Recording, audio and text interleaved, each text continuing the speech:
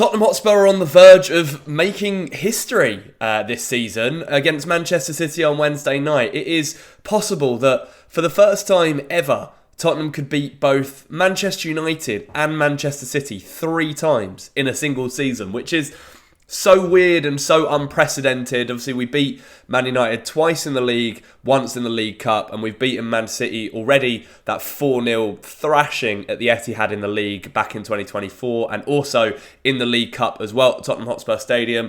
We are Man City's ultimate bogey team, and they have to come to North London once again off the back of another loss, albeit against Liverpool, who are flying all the way. We may as well say that they are Premier League champions now. But it's another big game for Tottenham, and I do apologise first off for not putting out a reaction video to the Ipswich win at the weekend. I had my engagement party at the weekend, so it was all a bit hectic. So I kind of want to use this video for it to be a bit of Ipswich reaction and also looking ahead towards Wednesday night's game against City. So it's sort of like a merger, a hybrid, this video. It's quite cool. It's something I've not really done before. But I'll start with the Ipswich game first of all before we move on to talk about how Tottenham can make that history by beating City in midweek. But the Ipswich game, I was really happy with the result. I managed to watch the game in the afternoon, and I saw a lot of people getting upset and a little bit angry with the performance still, and I cannot wrap my head around it. And there was one certain Twitter account that I saw that I looked through some of his tweets after we'd won, and let's remember we won 4-1, right? And yes, okay, maybe some of you will argue that scoreline flattered us a little bit, but at the end of the day we won 4-1.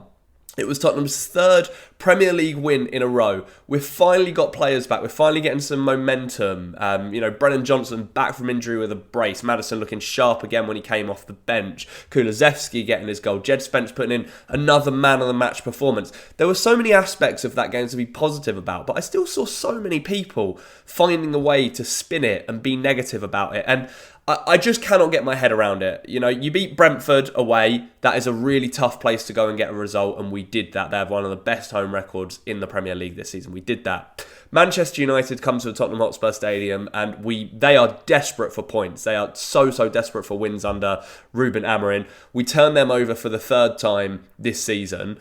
Brilliant, another brilliant win. And then we go to Ipswich, a team who, let's not forget, although they are probably one of the worst 3 teams in the Premier League, they are fighting for their lives, they're desperate to stay up, and on top of that, Portman Road is a difficult place to go.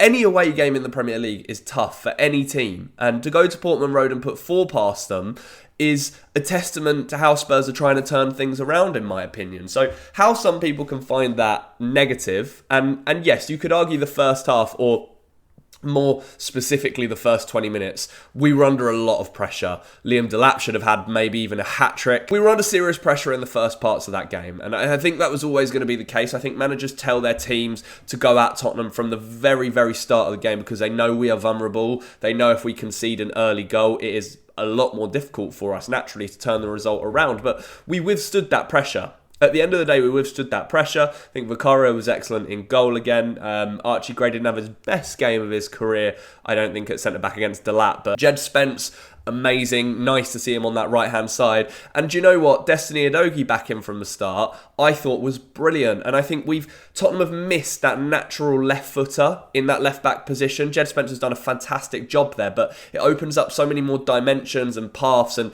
attacking phases with Destiny Udogie back in that position. So I thought it was brilliant. And after we withstood that pressure, we go and score the 2 goals. Brennan Johnson, absolutely fantastic, grabbing his brace, which was great. I thought Son looked sharper and back towards his best in the game as well, which, again, I'm listing off so many positive things to take away from this game, and I hope you guys watch and agree with a lot of what I'm saying, because you have to find the ways to be positive when you win games 4-1. Surely it's fine to focus on the fact that, yes, there were things we could have done better, but enjoy the win. Talk about the positive things from the game. So, yeah, that was really good.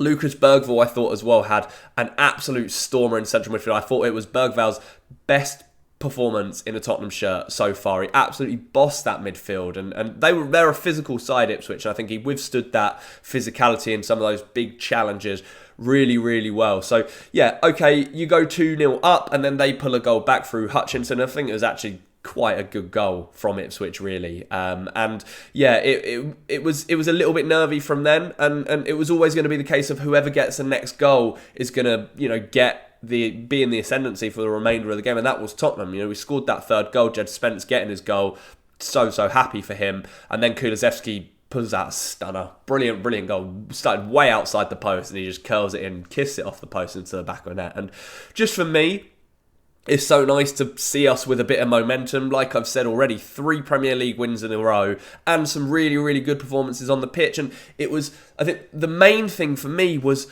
it was so fantastic to be able to bring senior quality players off the bench. Maddison, Wilson, Odegaard, Pedro Porro, Basuma, all coming off of the bench, which is just, gives us that extra level that we can go to, and we can be more competitive all the way through the game. So that win against Ipswich was really fantastic for me, and it's good momentum-wise. And I do think if we win this game against Manchester City on Wednesday, there is that possibility that we could still challenge for one of those lower European places, whether it does end up being the Conference League place. Who knows? Maybe it will be, and we'd maybe have to settle for that if we did manage to somehow claw our way into the top half of the table. But we'll get to that at a later stage if we do. What we do need to now focus on is this Manchester City game, because boy, is there an opportunity for Tottenham in this game. Manchester City, they are not at it, and I think they are resigned to the fact that the best that they're going to get this season is a top 4 finish, and I don't even think they're going to finish higher than 4th. They maybe will sneak into that 3rd spot if they can put a run of form together going into these last few months of the season. But Tottenham, as I've already mentioned, are that ultimate bogey team. Erling Haaland wasn't even in the squad for City on Sunday, so there's question marks over his availability for this trip to North London for Pep Guardiola and co, which is good news for Tottenham as well. We're looking at the final week or so, I believe, without Christian Romero and Mickey van der Ven. So there's more things to be positive about on the injury front. And I think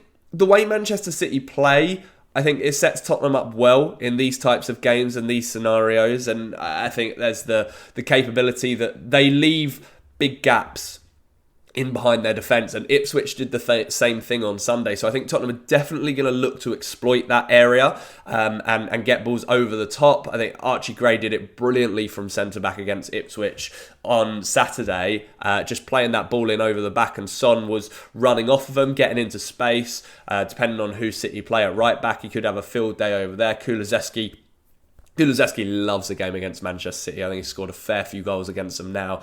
Always bosses it, whether he plays through the middle or on the right-hand side. I do expect to see the likes of James Maddison maybe come back into the squad for this one. But it's a headache for Ange, actually, which is such a good thing, because Brennan Johnson scored a brace on Saturday. So do you keep him on that right-hand side, or do you put Kulusevski there and play Maddison through the middle? Do you put Pedro Porro back into the team, or do you keep Udogie and Spence as that pairing? Does Ben Davies come back in at centre-back? There's a lot of headaches to be had for Ange over these next couple of days. And you know what? I'm delighted that is the case. I really am. Now he, as the manager, has that option to be able to choose who he plays. Of course, they're still going to be dangerous, and they are capable of winning against us. They don't like losing to us. And I think the fact that we could possibly beat them for the 3rd time this season will be a big motivation and a factor for Pep and his players to really step up and play. And they've got a point to prove. They are the reigning defending champions who have not been anywhere near to the level that they can perform at this season. So they will come out and they will play, and they will play well. So it's going to take the best version of Tottenham to be able to beat them. We need the players to be on form. We need Sonny playing with that confidence that he had against Ipswich. We need Kulusevski bossing it. We need Bergvall playing really well if he does start. We need the fullbacks to do their jobs properly. And there's every possibility that we could go out there and win. And the lineup I think we should go with to win this game is going to be very difficult to predict, but I am going to try anyway. So, of course, I will start, as usual, with Vicario in goal. Blessing to have him back between the sticks. At left-back, I am going to stick with Destiny Udogie. At centre-back, I can't see a world in which he changes the back line at all, to be honest. So I think I am going to go Kevin Danso, Archie Gray and Jed Spence. I don't think any of them are droppable after the performance at the weekend. It may depend on the fitness of Erling Haaland because of that physicality. Archie Gray may struggle and you may see Ben Davies come back into the fold or something of that sort, but I am going to stick with the back four that started against Ipswich. In midfield, I do think Lucas Bergvall is undroppable. However, I do think Rodrigo Bentancur will come out for this one just because he's played a lot of minutes in recent games. Yves Bissouma to come into the midfield for this game, so I'll go Bergvall and Yves Bissouma.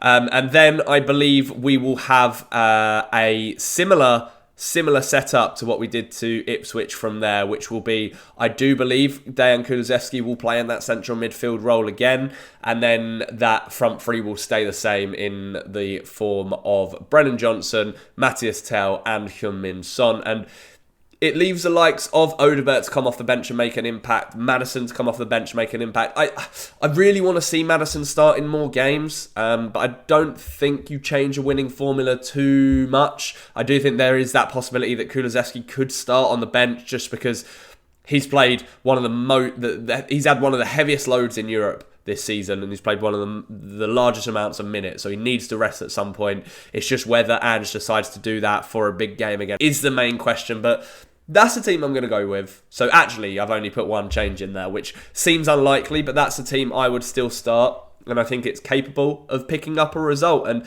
do you know what? If we did beat City on Wednesday, 4 Premier League wins in a row, undefeated against the Manchester clubs across 6 games in the entire season, there's reason to be positive and optimistic about what we can still achieve this season. The Europa League is, of course, where the main focus is. And having a run over this next week or so going into that game against AZ Alkmaar is hugely important, and I'm really looking forward to seeing if we can keep these levels up and just keep getting better, because there were parts of the game against Ipswich where we weren't great, and there were parts against United and Brentford that weren't great. So can we put in a decent performance for 90 minutes against a team that we love to beat? That it's as simple as that, and it may not be as easy as that, and I may be completely wrong with how this game's going to go, but I'm going to predict a 3-2 Tottenham win, thriller at the Lane, Wednesday night under the lights. You know what we're like against Manchester City. It's always entertaining. But thank you so much for watching. I know it may have seemed a little bit rushed, this video, because I've sort of squeezed the Ipswich and the Man City stuff into one.